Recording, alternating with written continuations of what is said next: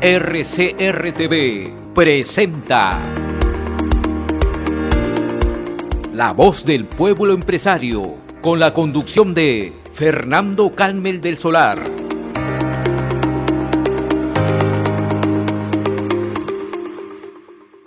Bueno, amigos, estamos ya de vuelta, como le dijimos en esta ocasión, con Mónica Yaya. Mónica, qué gusto tenerte con nosotros. ¿Cómo has estado? Muy bien, Fernando. Buenas tardes, Daniel. Muy contenta de conversar con ustedes, pero muy preocupada por la situación que está viviendo nuestro país en estos momentos. Se siente la crisis económica, pero sobre todo se siente el abandono del Estado en varios sectores, en varias poblaciones, y se siente cierto grado de traición, porque este gobierno que dijo que iba a trabajar para los más pobres, en realidad se vale de algunas argucias para trabajar contra ellos, para atentar contra sus intereses. Sucede, por ejemplo, en el tema de las estafas que están cometiendo las constructoras chinas contra pobladores de Arequipa, Moquegua, Tacna, que hoy día, por ejemplo, han decidido por propia mano bloquear las obras de la empresa China Heshouba, que estafó a muchos microempresarios de estas localidades, incluidos empresarios ayacuchanos y puneños, pidiéndoles material de construcción, sus servicios, el alquiler de maquinarias, la entrega de combustible y hasta de alimentos. Y cuando la empresa China Heshouba ha cobrado 70 millones de soles al Estado, no les ha pagado nada a estos proveedores del Estado o a estos proveedores de estos bienes y servicios que han reclamado al Estado su presencia para la solución a esta situación que no solamente les ha ocasionado la quiebra, sino en muchos casos incluso embargos y enfermedades, y el Estado les ha dado la espalda, pero pareciera que además el Estado, algunas autoridades del Ministerio de Transportes y Comunicaciones negocian con algunos de los protestantes de tal manera que quita fuerza, ¿no?, a las protestas. Pero lo peor no es eso, lo peor es que la situación de pobreza y de tristeza continúa en estas poblaciones, porque bueno, fuera que les paguen a todos, ¿no? Pagan a unos cuantos para que la protesta caiga, y la mayoría de los protestantes continúan siendo estafados. Mónica, entonces, pero estas situaciones a mí me preocupan, me apenan, y bueno, yo me uno a sus protestas. Esta semana voy a estar viajando a Moquegua para unirme a las protestas de las personas estafadas por la empresa China Heshouba en el distrito de Samegua. Pero Mónica, esto no solamente pasa en este caso, ¿no?, porque esto ya viene de una manera recurrente en los últimos años. Esta vez, claro, por supuesto, con, digamos, el aval de algunos malos funcionarios del gobierno central. Por ejemplo, las obras paralizadas, ¿cierto? También obras paralizadas, que tenemos muchas a nivel nacional, se quedan debiendo las empresas a sus proveedores, que son cientos, ¿cierto? Y esto ha hecho de que miles de empresas quiebren. Y justamente este es uno de los objetivos del programa, es justamente visibilizar esa problemática que se tiene a nivel nacional. Pero no, y aquí vamos allá al tema normativo. No hay una norma que los proteja, ni una norma que, digamos, obligue a estos perromuerteros, porque creo que ese es el término que hay que utilizar, a pagarles, o me equivoco, o hay alguna norma que obliga a estas empresas privadas a poder cumplir con los proveedores. Bueno, hay normas como por ejemplo las penales, en las que se los puede penalizar, porque además estas estafas han sido repetidas en varias regiones del país. Entonces se puede probar que es una conducta no solamente sistemática, sino repetida en Ancash, en la construcción, por ejemplo, del puente de Ocros. En Moquegua les mencionaba el distrito de Samegua, en Huancayo, en Huánuco, en Iquitos, las empresas chinas han llegado para enriquecer sus arcas a costa de los peruanos. Las normas existen, pero lo que pasa es que las autoridades peruanas han perdido autoridad moral porque lamentablemente, previamente a este tipo de estafas, por ejemplo, han ingresado en negocios oscuros con los funcionarios de las empresas chinas. Y por lo tanto, como han perdido autoridad moral, no tienen tampoco la capacidad de tomar decisiones como para, de alguna manera, aunque sea lograr que los chinos, que estos malos funcionarios chinos, porque hay inversión china que entiendo que es seria, pero para lograr que esos malos funcionarios chinos se obliguen a conciliar y a pagar lo que deben. Miren, por ejemplo, en el distrito de Samegua, la obra ha estado paralizada por muchos meses. De acuerdo a la ley de contrataciones del Estado, cuando una obra se paraliza por culpa del contratista, del constructor, digamos, para ser un poco más claros, cuando se paraliza por culpa del ejecutor de la obra, del constructor, el Estado, en este caso Provías Descentralizado, tiene la facultad establecida en la ley de resolver el contrato. ¿Qué quiere resolver el contrato? Hasta ahí llegó. No vas a seguir ejecutando esta obra. Ya no te pago, ¿no? Ya no te pago lo que sigue porque la has paralizado y ha sido por tu responsabilidad. En el caso del distrito de Samegua, la obra se paralizó porque los chinos dejaron de pagar a los proveedores. Entonces, como los proveedores dejaron de entregar el material, piedra, rocas, dejaron de alquilar sus volquetes, sus tractores de oruga, dejaron de brindarles combustible, y los chinos no pudieron continuar con la obra porque los chinos llegaron allí sin un sol. Hasta las computadoras las han puesto los pobladores del lugar, los microempresarios del lugar. Entonces, se paralizó la obra porque ellos no le pagaban a los proveedores, pero han utilizado una argucia. Y Provías Descentralizado lo sabe muy bien. Han dicho, han mentido, que la obra está paralizada, no por su culpa, sino porque justo por allí está pasando la tubería de otra obra. Y eso es falso, y eso se verifica en el lugar. Yo he estado ahí, la tubería no está pasando por la obra de la que están encargados los chinos. La tubería está pasando más o menos 1 kilómetro más allá. Yo he estado allí. Entonces, lamentablemente, los funcionarios de transportes y comunicaciones se hacen los de la vista gorda, pisotean la ley, porque no tienen la autoridad, porque lamentablemente reciben sobornos.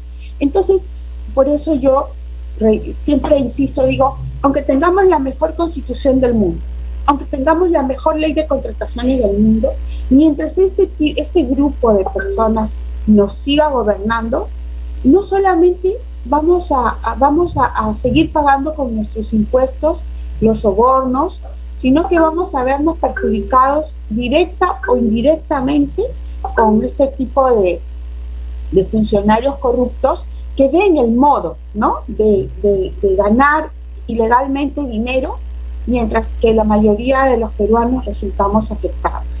Si ustedes supieran las tragedias que hay en estos momentos en Moquegua, las tragedias, hay personas que han ingresado a una situación de enfermedad, porque están perseguidos por los bancos, están perseguidos por la SUNAT, han perdido hasta su capacidad.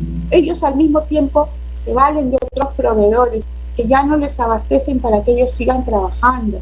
Hay quienes tienen sus casas embargadas. Es terrible y el Estado les da la espalda. Dice, es un problema entre privados, entre los chinos y los pobladores, los microempresarios. No, señor, no es un problema entre privados, porque los chinos no llegarían a abusar de ese modo si no tuvieran el respaldo del Estado peruano.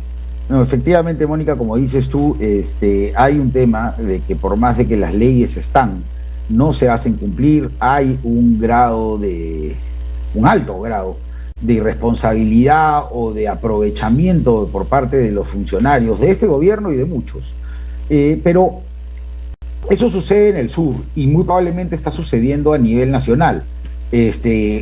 A veces, como dicen, tema entre privados, pero también cuando pasa con el Estado. Pero la realidad, lo que nos lleva a eso, es que no alcanza, las personas hoy en día no ven una oportunidad de mejora, la gente está buscando un cambio. Las amas de casa se vuelven emprendedoras todos los días tratando de ver qué pueden hacer con la poca plata que sigue entrando, pues la plata vale menos ahora, para poder sacar adelante a sus familias. Y a las familias de otros, porque efectivamente, las madres que están en estos momentos dirigiendo las ollas comunes, yo no sé de dónde están sacando para dar de comer a los ancianos que están también en algunos casos abandonados, que no tienen nada para dar a cambio de ese plato de comida que reciben a diario, ¿no? No, efectivamente. Entonces, ¿qué ves? Hablábamos con Daniel al principio del programa. Daniel decía que se nos fue el Mundial, que iba a ser de alguna manera una excusa para una inyección económica. ¿Qué esperanza se ve en el día de ahora para el sector general de la micro y pequeña empresa, en realidad para una posible reactivación económica? ¿Tú ves alguna posibilidad, esperanza, 28 de julio, los viajes, el turismo interno? ¿Crees que sea suficiente para reactivar la economía de algunos sectores? Lo que pasa es que la situación que estamos atravesando hace de alguna manera impredecible incluso la actividad turística. Vemos, por ejemplo, que los transportistas en estos momentos están en una huelga indefinida porque las condiciones en las que están trabajando son realmente difíciles. Los peajes que ellos pagan, desde mi punto de vista, son altos, ¿no? El precio internacional del petróleo y que ha dado lugar al incremento del precio de la gasolina, cierto que tiene como origen la guerra entre Ucrania y Rusia, pero lo que pasa es que nuestras autoridades no solamente no están capacitadas, sino que tampoco tienen ganas de gobernar bien, ¿no? Por algo la gasolina en el Perú es la más cara en Sudamérica.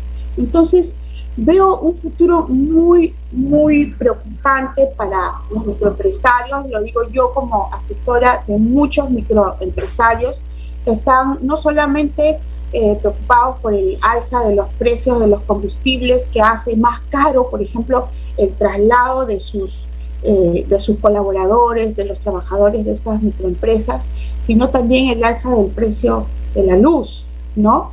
Las panaderías, los restaurantes, las peluquerías, que son, sobre todo los restaurantes, es uno de los rubros más amplios que existe en el Perú. Ellos se ven afectados con los precios, los incrementos de los precios. Parece mentira, pero sí es. Quienes tienen 10 trabajadores se preocupan porque el precio de los pasajes de sus trabajadores van subiendo, ¿no? El precio de la luz sube. Entonces, yo lo veo sumamente preocupante. Los peruanos tenemos una capacidad increíble de sobreponernos, pero tenemos, la verdad, un gran enemigo, que es la SUNAT, ¿no? Mientras más se trabaja, más se aplaza la SUNAT. Yo creo que es necesario, pero discúlpame, ¿para qué nos exige tanto la SUNAT? Para pagar más sobornos. Eso es lo que sentimos, eso es lo que yo siento a la vez como microempresaria, y siento que también mis clientes perciben como microempresarios. ¿Para qué estamos pagando? Para solventar los sobornos, no para tener mejor atención en los hospitales, para que los hijos tengan mejor infraestructura en la escuela, ¿no? No sacrificamos pagando impuestos para que la escuela de nuestros hijos rinda mejores frutos. No, no es así. Sentimos que el dinero que aportamos tributariamente va a un saco roto. Entonces, yo creo que esta situación va a generar que se incremente la informalidad y esto pues va a terminar afectando los bienes y los servicios que tiene que administrar el Estado. Yo creo que hemos entrado ya en un agujero negro muy peligroso para los peruanos y para los microempresarios. Mónica, una pregunta. El mercantilismo es uno de los grandes problemas también, digamos, interno. Hay que hacer una autocrítica. No todas las empresas, felizmente, son muy pocas las que practican esto. pero también hay algunas empresas que les gusta mantener su posición de dominio. Y esto te lo digo en contexto porque tú hace unos meses has sido una luchadora muy, muy férrea con relación al tema de los monopolios de las empresas distribuidoras eléctricas, a propósito de la mención que acabas de hacer de los precios. Las MIPES vienen luchando desde hace un buen tiempo, desde el año pasado, para ser exacto, anteaño pasado, desde el 20, la posibilidad de que se baje la valla de la electricidad para poder acceder al mercado libre. Bueno, hubo un boicot definitivamente por parte del congresista Noboa de Acción Popular, quien guardó en el 2021, ya antes de irse, el proyecto de ley durante 2 meses en su cajón y lo soltó 4 días antes de que se acabe el anterior congreso, no dejando que ingrese el pleno, cuando teníamos la seguridad que iba a ser aprobado por todos los sectores. Este año, este nuevo congreso, hemos vuelto a la carga, ¿no?, la micro y pequeña empresa, para pedir lo mismo, con el apoyo de Perú Libre, fíjate, y de Fuerza Popular, 2 partidos antagónicos. Y se encuentra en este momento en un debate, pero eterno, que sí, que ponen los viejitos. Yo quisiera tu opinión, ¿no?, como defensora del derecho de los consumidores y sobre todo como abogada, ¿no?, y especialista verdaderamente en este tema también. ¿Cuál es tu opinión? Por favor, Mónica, ilústranos. Yo saludo, independientemente de quién sea el autor o quien apoya la norma, lo importante es que se trabaje por el bien del pueblo. Y si el tema de las mejores condiciones en el precio de la energía eléctrica va a favorecer a los microempresarios, ¿qué importa quién la hace? ¿Qué importa quién la impulsa? Es como estaba conversando hace muy poco con, no sé si ustedes conocen a María Teresa Dulanto, que es la presidenta de la Asociación Ángeles de Arena, y que me dice: Mónica, llevo mucho tiempo proponiendo a los gobernantes la creación de un hospital especializado en cáncer infantil, ¿no? Y me dice: te pido por favor que me ayudes a difundir esta idea en este gobierno de Pedro Castillo.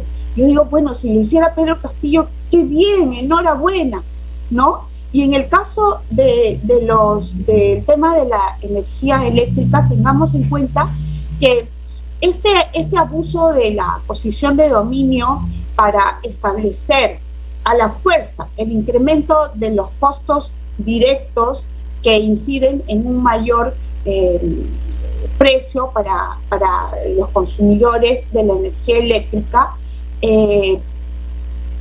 tengamos en cuenta que esta situación fue producto de la posición de dominio de esta empresa china Tres Gargantas, ¿verdad? Y creo que, miren, si se hubiera tomado en cuenta, si se hubiera aprobado esta norma que nació en realidad de la asociación de MIPES, de la Asociación de los Microempresarios, en estos momentos tuviéramos un paliativo en el costo de los alimentos, ¿no? Porque ¿quiénes son los primeros, ¿no?, los primeros que hubieran resultado beneficiados en su negocio y hubieran trasladado este mejor precio de electricidad a los consumidores? O por lo menos no hubieran trasladado este fuerte precio en la electricidad a los consumidores.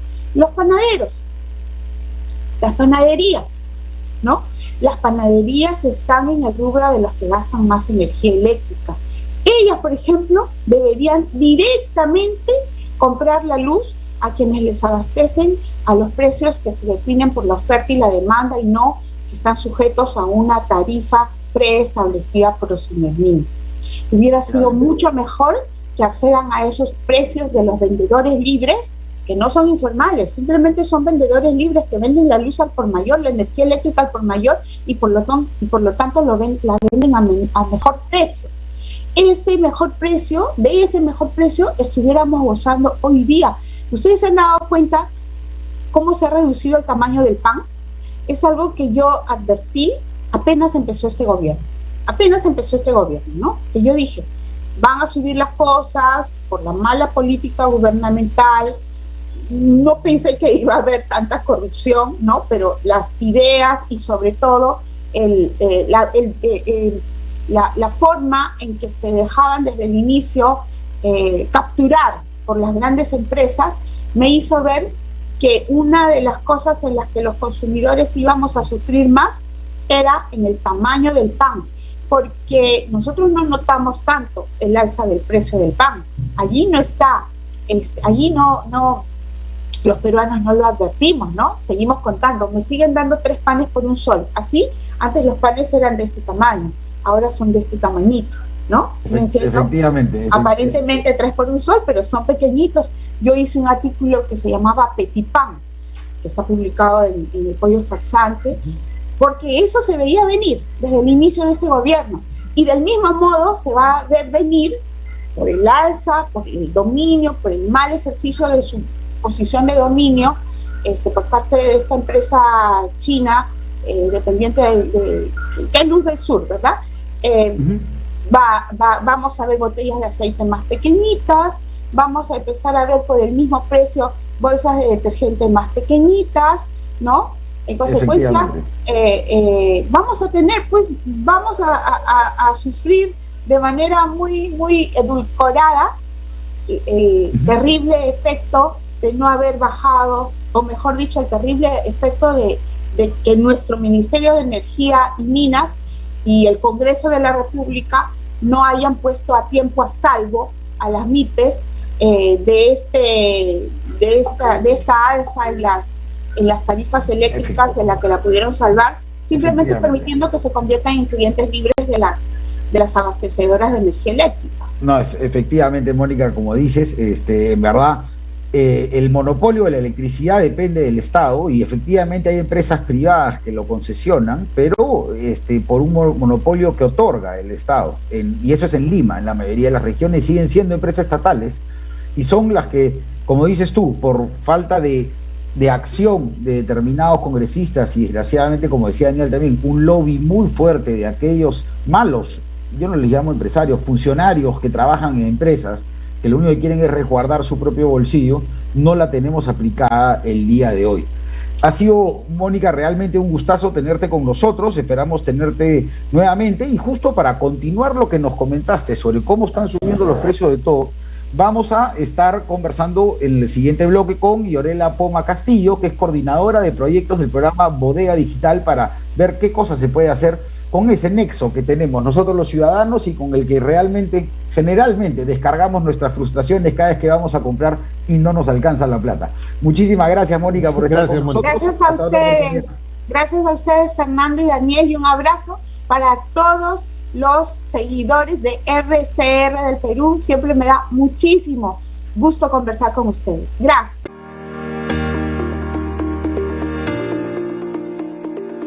Hemos presentado